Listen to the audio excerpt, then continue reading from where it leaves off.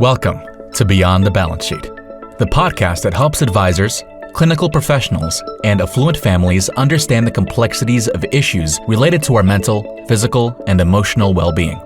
Our co-hosts, Arden O'Connor and Diana Clark, will interview a series of guests on a range of topics, providing informative content and practical tools for professionals and families to consider. Here are your hosts, Arden and Diana. Welcome, everyone, to another episode of Beyond the Balance Sheet podcast. I'm joined by our esteemed guest, Courtney Pullen. Thank you so much for joining us today, Courtney. It's my pleasure. Thank you. And I'm also joined by my co-host, Diana Clark. Hello, everybody. For the audience members today, I'm just going to give a little bit of background on Courtney. Courtney is the president of the Pullen Consulting Group. He's offered individual and family coaching to people for years in business and management consulting, leadership development, communication, and team building. He conducts numerous workshops. He's been published. And his book, Intentional Wealth, How Families Build Legacies of Stewardship and Financial Health, is available. And he's also an expert in family wealth dynamics and on the faculty at the University of Chicago Booth School of Business. So, Courtney, I'm going to get right in. Normally, I like to lob a very softball question over first, but I'm going to get in with a more difficult one, which is a question that we hear a lot from clients around, what age do we tell our kids about what we have? When are they ready to hear about how much money our family has? I'm sure it's one you faced. What are your thoughts on this? Well, your listeners probably won't like my answer. And that's because I don't think we can start early enough. So when there are really two parts of your question, Arden, is that one, what is it that we can be teaching our kids about money? And then the transparency question of when do we share the balance sheet? So I'm not talking about sharing the balance sheet at this moment in time, but one of the things I really learned from doing a lot of financial parenting workshops over the years is that I had this awareness that was very naive, that I held this belief, but I thought all I needed to do was give parents tools to be successful at financial parenting. And then what I started learning is that they needed more than just tools. They needed to be really clear about how are they being as parents financially. Because kids are watching us as parents and what we do and how we behave. So it's really the key is starting at the very young ages to be very intentional, very conscious for the parents. What is your relationship with your wealth? Is it a balanced relationship, or are you on the entitlement side or the denial side? And that really needs to be in order before you can have the financial transparency conversations. And I'm really looking for teachable moments. So it's so often we as parents want to sit the kids down to talk about money or to talk about, the assets or whatever. But really it's those moments when the kids blindside us, so to speak, as parents and say, are we rich? And what do you say to that? So you need to be prepared for those kinds of questions. And we need to be talking about how money works, how to save, how to share, how to spend, charitable giving, and all that needs to be discussed, in my opinion, at a very young age. I don't think you can do it too young. It is an uncomfortable conversation for many families to discuss wealth, as you know, and to discuss spending, as you know. We can start young, but what are the tools we use to begin the conversation with our little kids? I'm a big fan of being very intentional about talking about money.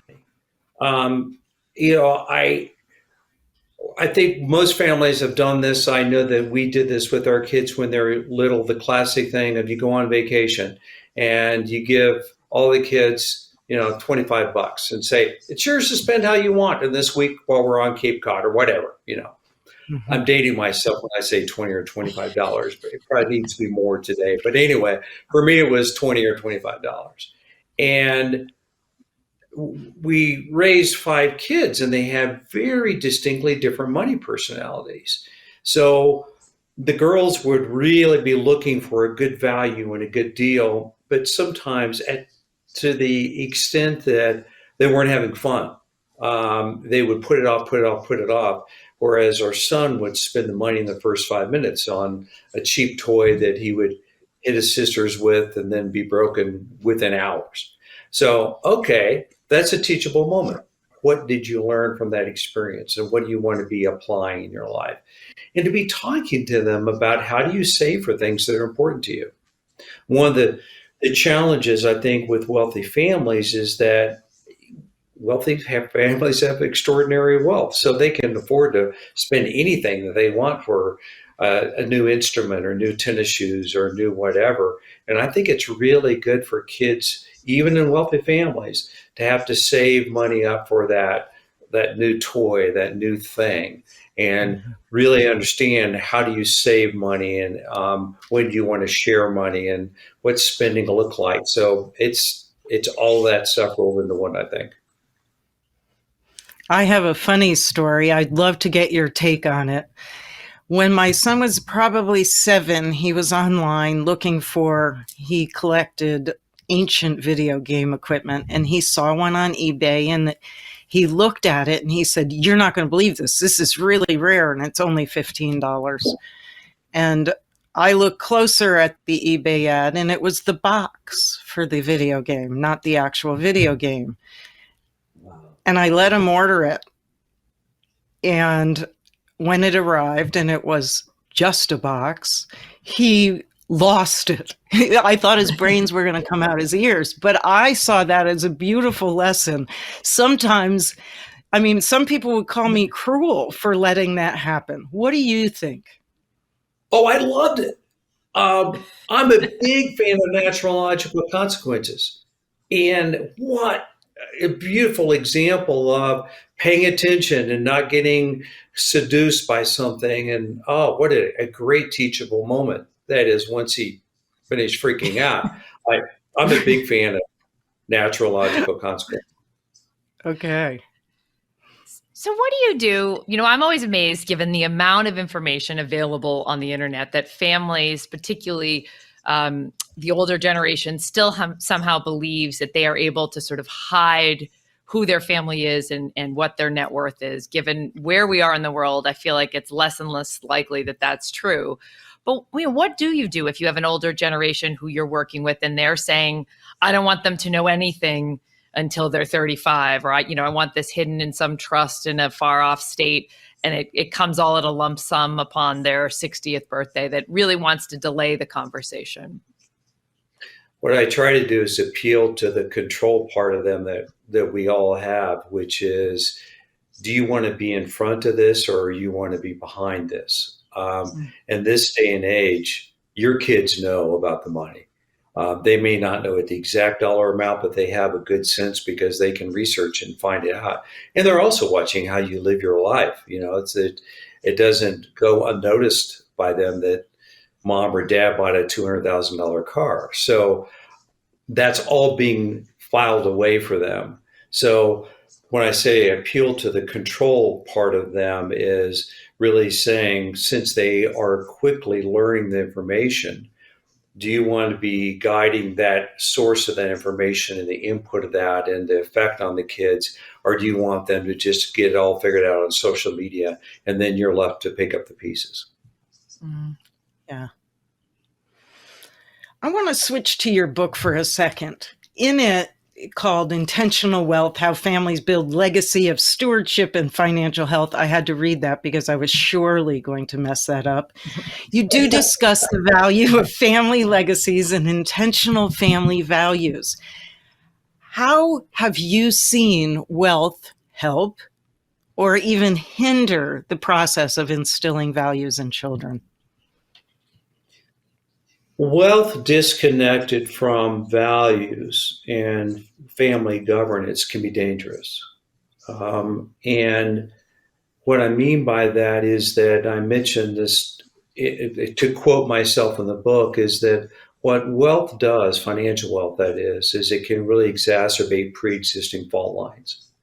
So if there's a little bit of disharmony and tension in the family system and you throw a lot of money on it, then it's going to exacerbate that. So that's just something really important to keep in mind. And finding what are your values and what's your mission or your philosophy as a family, really defining what's the purpose of our wealth. So it's really important for all that to be defined. So what about those families that accrue wealth in one generation, right? And they have not even come to terms with having their own wealth. How do they teach this financial literacy and financial value systems below them? How do we engage that?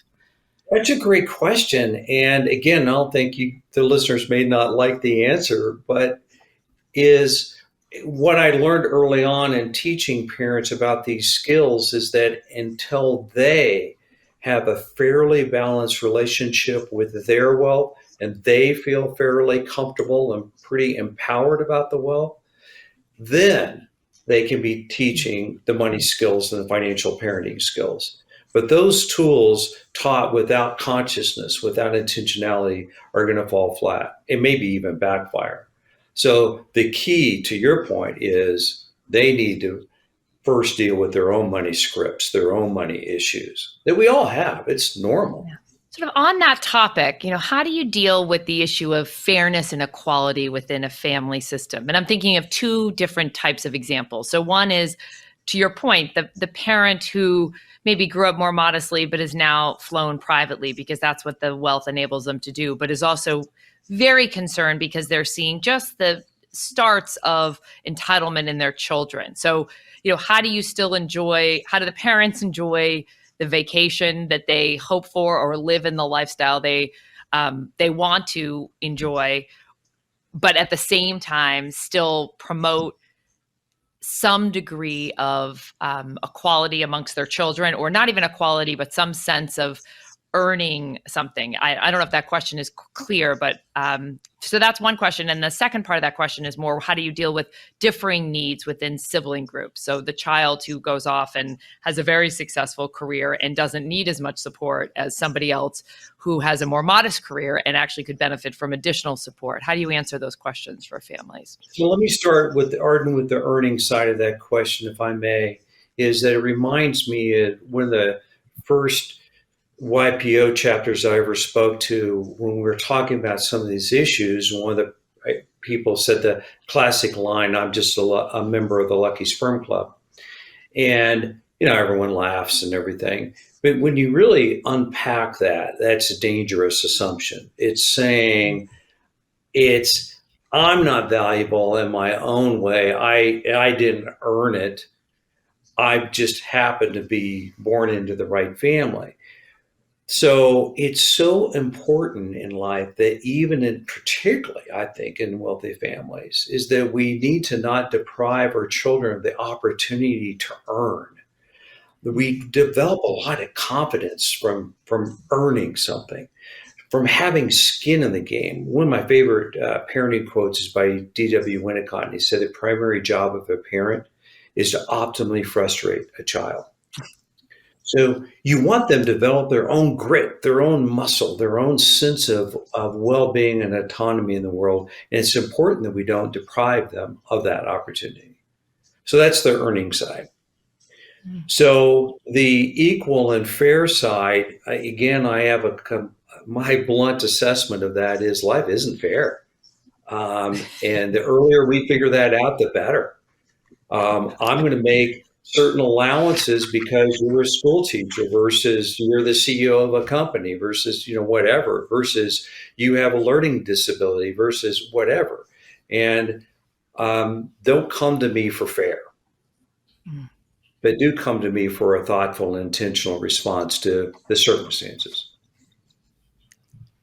I like that. Nip that conversation right out in the butt, right? Just say life isn't fair. Economics aren't fair. And treatment might be fair, but not necessarily equal. Right. Exactly. Yeah. So have you encountered families, continuing on this thread, have you encountered families that have had large expenditures for behavioral health needs, such as substance use disorders or other mental health disorders, that were looking to sort of equalize the expenditures that they made because they felt like it wasn't fair? Young adult kids in rehab or young adult kids in programs, wilderness programs that, are going to be in those programs for 6 or 9 months, a year, sometime in one case for up to 2 years. And that obviously has a significant impact on the family. And my bias is that you don't say to the rest of the kids, okay, we spent $100,000 on your brother in rehab, so we're going to also spend $100,000 on the rest of you to give you something to even the balance sheet. Again, I still think that's realistic. I think what we need to do as families is have a very intentional conversation about, we've spent $100,000 on your brother for rehab, and that's a commitment that's consistent with our values in our family. Is we're not going to let any of you hang out to dry. We're going to provide necessary resources. So for your brother, it may be rehab. For you, it may be paying for grad school or whatever. But I really think it's dangerous to get into that balance sheet conversation about we have to make everything fair and equal. Thank you for that, because I think that families get very confused about that. They see the expenditures they make for rehab or for other treatment modalities, and they think that it's actually taking money out of the family, whereas in fact, it's keeping the family healthy. Yeah, absolutely. I totally agree. I think my dad was one of those parents who really was nervous about all of us feeling like we got equal. And he actually did have a little accounting, like a write-up that showed who got what. And he gave it to all 3 of us siblings. And at the time I remember thinking, this is ridiculous that he thinks he needs to do this. My other brother and I were highly functional humans living in the world, working and supporting ourselves. And we had benefited from his generosity over the years and college educations and, first homes and all of the rest of it. So I think it was all well-intentioned, but it's nice to hear just the very straightforward way you say, come to me for an intentional response, but don't come to me with the expectation of fair being equal. Because I think that is much more in line with what's reality for most family systems. Absolutely. So I have maybe an uncomfortable question, but are there family systems that you think just can't be helped, or you've been involved and you've had to say, I don't think I can be of service to you anymore, and actually had to let go of a client? Arden, boy, it's a good question. And my mind goes 2 places with that. The first is that one of the things I've noticed in my own self, it's been a big learning for me, is that in my family system, I was overly responsible. I overfunctioned. And I've done that a great deal in my adult life. So therefore, my work as an advisor or counselor to families, I found myself, those families that were really in a lot of trouble, as I was so concerned and so alarmed by the train wreck that seemed to be inevitable. They're often sharing to me that there was going to be a train wreck. So I made the naive assumption that meant they wanted to do something about it. And then I would jump into action and I would overfunction. I would be very helpful and give them all sorts of resources. And then all of a sudden I'm looking back and realizing I'm working harder than the family. So that's just been a big lesson for me, is that I need to do a better job of really pacing and not putting myself in the position of over-functioning. And an important part of that, which is really part of the heart of your question, is that there are really some families that aren't going to change no matter what resources we throw at them. They're just not motivated to change. And I've needed to walk away from certain families for that very reason. Mm-hmm. And it's heartbreaking. It's hard to do. I agree. I have had similar situations. So I'm going to give you a quote, and I would love to hear your thoughts about it as well. So Desmond Tutu wrote in his book, God Has a Dream, that pain and struggle are the anvil upon which character is forged, where our children learn empathy and compassion. What do you think of that? I love it. That's what I think of that. That's just perfect. I wish I would have said that. I know, me Yeah, too. it just says it all. I mean, when you look at the research on families that have, it's back to my optimal frustration comment, is that when you look at families that we've all worked with that are in that second, third, fourth, fifth generation, they're getting further away from the core values of the family and the legacy. Often they're missing grit and resilience. So it's so important. I mean, that quote just speaks to all that. I love it. We need to be, as parents, very intentional about how can we support them in developing grit, and that we need to be a learning family. We need to be making mistakes and learning from our mistakes. And I feel I'm so self-conscious about the quote. I feel like anything I say at this point is going to just be halo compared to the whole quote. So, but how do you build grit within your own family? Use your own experience. Give us an example of where you promoted grit among one of your children. Oh man. Since my son will never hear this podcast, I'll tell a story about him. I love him dearly, and he's a piece of work sometimes. So, his sisters are all overachievers. So they had these weighted GPAs of, 4.2 or however the hell you can do that. But anyway, overachievers. He was just the opposite. And he had big dreams, like what university he wanted to go to, a prestigious university. He did not have the grades for it. So what I got into was really micromanaging him.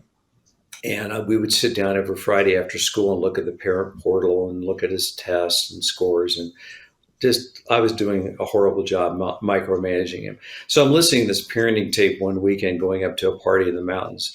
And the teacher of this was saying, to you parents that are out there micromanaging your children, let me make a prediction he was talking about sons in particular, is that 10 years from now, you and your wife are going to be sitting at a holiday gathering and saying, why did our son marry such a witch? She is so controlling. Well, because you trained him to be attracted to a witch that's controlling his every move, who's micromanaging him. It was a wake-up call for me. And literally, the next morning when I saw Connor, I said, it's over. It's your grades. I told him the story. And I said, they're your grades. I'm not micromanaging you anymore. I love you. You're a smart kid. I know you can come out of this, but it's on you. Good luck. So his grades got worse. It's like a test. And I'm like, I just held my breath. And it's like, nope. Good luck, son. Your grades. If you need any help, let me know what help you want, but I'm not here to micromanage you. And he made it. It was so funny because a turning point for him is all his sisters are getting invitations to apply to all these good schools. He did not get any of those invitations, just to the military was all he got. So thankfully, his ACT scores were high enough that he got a little bit of interest in some state schools, and that's what he did. And he ended up successfully getting through school. And there was a turning point in college is that he was the international studies major, and he said, Dad, he transferred from Montana to Colorado to go to a new college. And he said, we have new requirements here for me. In order to be an international studies student, I have to take 4 years of Spanish. I'm waiting so therefore I'm changing my major to basket weaving, right? So he goes, so I'm hanging in there. I'm like, yes. And now he's the head of an international school in Guatemala, and he's a damn teacher. I mean, who figured, So the story ends well, but boy, he's what? He's serving. Isn't that what you Yeah. would have wanted? Yeah. Oh, I'm so proud of him. It also probably took some grit on you and your wife's behalf to sit back, because I think our clients experience especially in cases where there's behavioral health issues, but even not, part of the challenge is sitting back and saying, I know where this may go. And it's taking every ounce of strength I don't have to sit back and try and remain quiet and calm and not intervene on someone's behalf. Yeah, exactly. We really need to let our kids fail. I hate that. I do too. It sucks. It really does. It is the hardest thing about being a parent. When I first had my son, a friend of mine who was wiser and older said to me, you have 2 jobs as a parent. And I'm like, I'm ready. Okay. And she said, one is to love them just because they breathe. And I'm like, yeah, that'll be easy.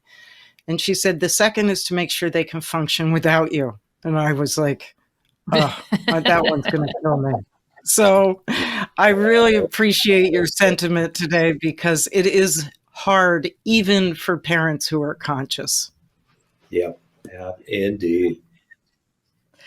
Well, thank you, Courtney, for your candor, your humor, and I loved your examples. I always think it really brings to light the concepts we talk about, and I think we hear mostly from listeners that that's what they learn most from. So thank you for joining us today.